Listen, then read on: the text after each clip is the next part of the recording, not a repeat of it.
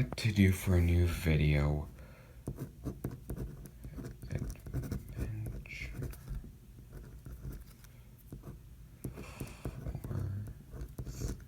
What? No, that's not gonna work. I don't have many Adventure Force blasters.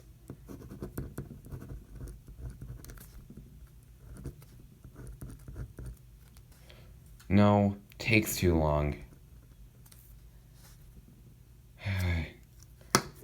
Do I do another Jolt video?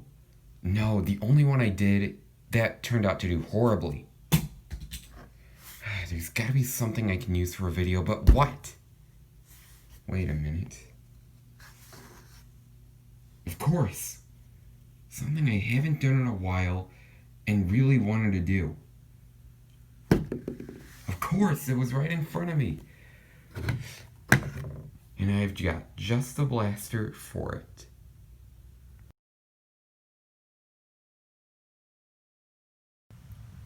Hey guys, welcome back to another video. It's SirMikay here, and today we'll be reviewing the Nerf Rival Knockout. It is a single-shot spring-powered pistol in the Rival series. Let's get right into the review. External overview of the blaster. No on-strike barrel lug. This is a Rival blaster, and you wouldn't even be able to fit the Rival rounds through an on-strike barrel. Moving back, we've got the Rival paint job, only present on the right side of the blaster, not the left. Directly by that are some engravings, which are present on both sides of the blaster. These are purely cosmetic and have no effect on your performance. They read XX-100, which indicates that it is a Rival blaster released in 2020 with a 1-round capacity. Directly under that is some ammo storage, also present on both sides. Total, it can hold 4 rounds. So that's pretty nice for a single-shot pistol. Moving back to the trigger unit, this is a standard trigger pull for a Rival blaster. And for the Rival series, it is pretty reasonably heavy.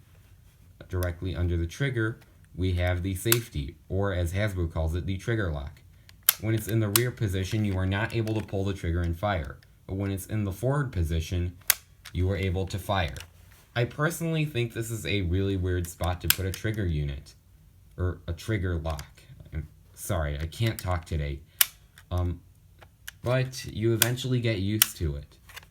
Directly above the trigger is the lever. And what does this lever do, you ask? Well, it opens up the breech. This is a breech loading single shot pistol. However, you can shotgun load this, and compared to other Rival blasters, it actually does not take as many steps to shotgun load. In fact, due to this form factor, it actually takes away a step from shotgun loading. So, to load the blaster, you pull down on the lever, insert 1 round, or 2 rounds if you're shotgun loading, and then close the breech by pushing the barrel back in.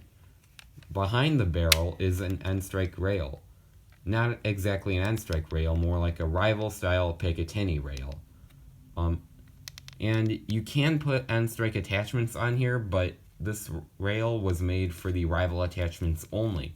So it will not work as normal. It will not work as you'd expect with an end-strike attachment. Moving back to the grip, this is an enormous grip. I can understand why they did this with the Apollo, because the magazine is inside the grip. However, why they did this with the Knockout, I'm not so sure. Maybe it's because of the plunger tube?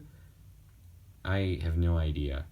But either way, this is an enormous grip, and definitely alienating to a smaller hand. However, if you're an older user, then it is definitely a lot more comfortable for you. And directly under the grip is the priming handle. This is a very goofy look for a priming handle. And this is very similar to a Rival Jolt. Because of the form factor, it's basically a Rival Jolt. To prime, you just pull down on the priming handle and then push it back up. This is not a spring return. the priming handle does not lock. You have to manually push the priming handle back up before you can fire. And that is the external overview on the Rival Knockout. Let's see it fire.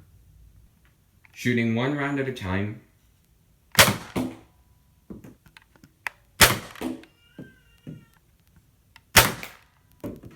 Now shotgun loading.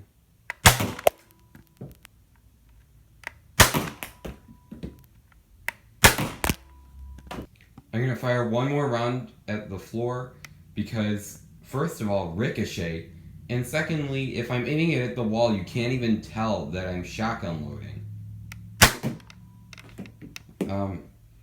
Yeah. Even still, it was pretty hard to tell. Yeah, let's get on to the conclusion already. So yeah, operating the Knockout was a lot of fun. It was a blast, no pun intended. Yeah, I definitely liked this. And while I would recommend a Chronos over it if you're looking for a sidearm, this isn't a bad choice, really. Yeah, especially because it takes away a step from shotgun loading. I can't get over that.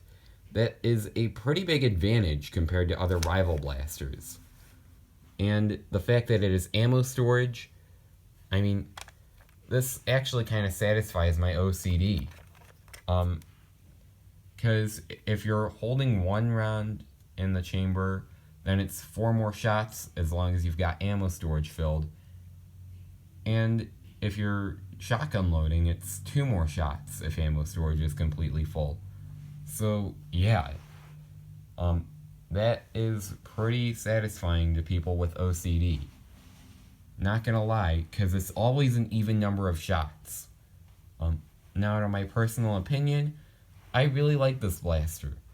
It's a lot of fun to operate, having this tack rail, removing a step from shotgun loading, ammo storage. I generally really like it all, especially breech loading. It might not exactly be war practical, but it's fun. And it is definitely something I would go for if I was just fun shooting. However, the ergonomics are a little bit weird.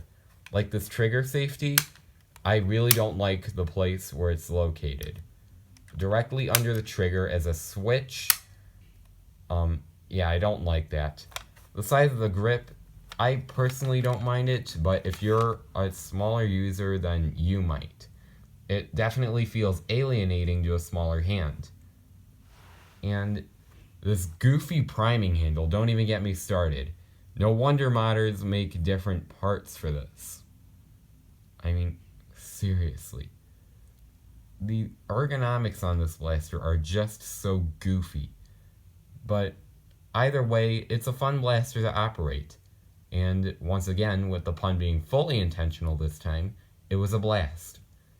Anyways, that is it for the review on the Nerf Rival Knockout. Thank you all so much for watching. It's been SirMikay. Goodbye.